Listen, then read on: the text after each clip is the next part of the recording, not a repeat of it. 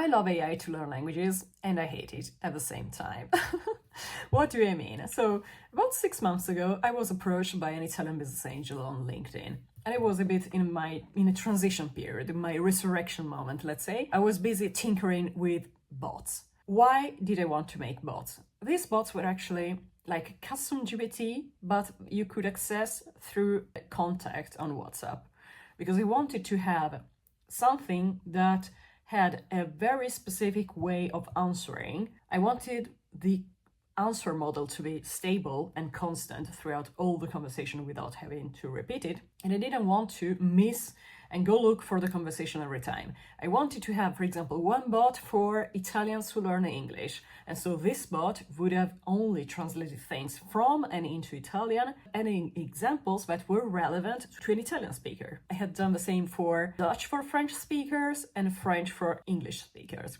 That was actually pretty cool because instead of using different apps or different websites, my students could just basically ask a WhatsApp chat for this kind of stuff. But they were not bots made for conversation practice because I really don't believe in it. I don't believe in conversation practice with AI. So after I was in touch with this guy, with this business angel, I was eventually referred to a girl from their staff that I had to somehow work with, let's say. And she comprehensively told me, you have to look for a market gap, which makes perfect sense. I looked at everything.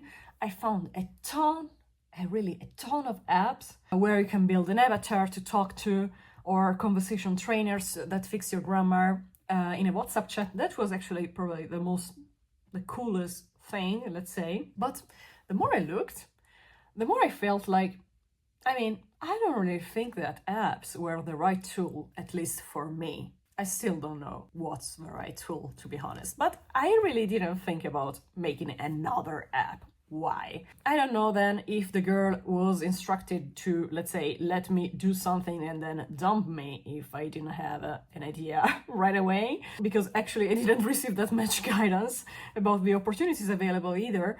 So whatever. Anyway, we stopped meeting. They didn't reach out to me, and I didn't do the same, and didn't do the same with them as well. Anyway, every single app shared the same problems to my eyes. Probably I'm wrong, because if there are so many apps, it means that actually for the people it's not so serious as it is for me. I don't know.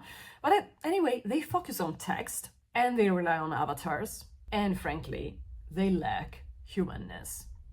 All the apps I had found were different from the classical ones like Duolingo, Busuu, Babbel, Mondly, and so on. All of them had their moment of glory on my phone, but none of them lasted for more than a few weeks. Why? I spent a long time reflecting on why it happens. Why do I feel so disgusted by apps at some point? I don't know. Is it the interface? Is it the gamification? But actually, no.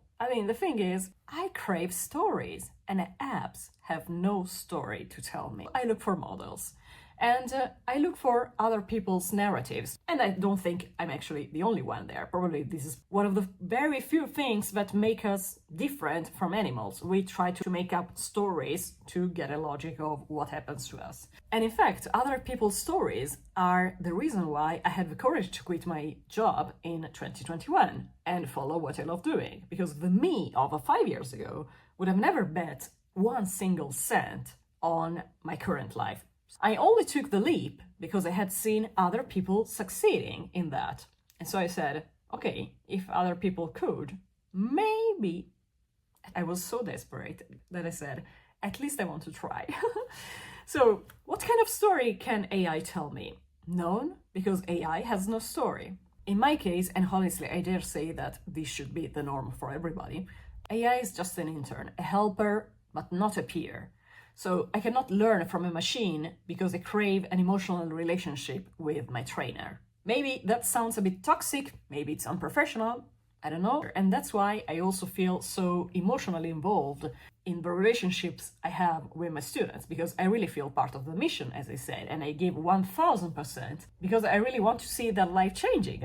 I just admit my ignorance. I really still cannot understand why an app like Duolingo has so much success. I don't know. I blame it on the addiction, probably. And how people in general can maintain the discipline to keep chatting with a bot or with an LLM or whatever for months on end, I do use it on a daily basis, but it's more like having a plus version or a premium version of a search engine.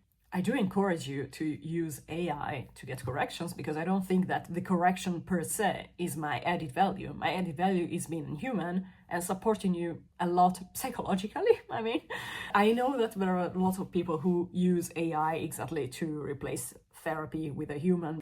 I understand it. Also, the money side and so on, I understand it. But I'm just not there to take some money and do nothing, basically. One of the reasons why I hated my previous job is that I didn't feel that I was making anything good for the humanity, let's say. I really felt like I was taking money for nothing, and this is really was something I don't want to do. If you want to learn more about how I started thinking in a different language, you can check out this video. And if you're interested in working with me, I still have a few spots for the next 2-week trial. Fill out the form and we will get in touch as soon as possible. Thanks a lot for watching, and talk to you next time.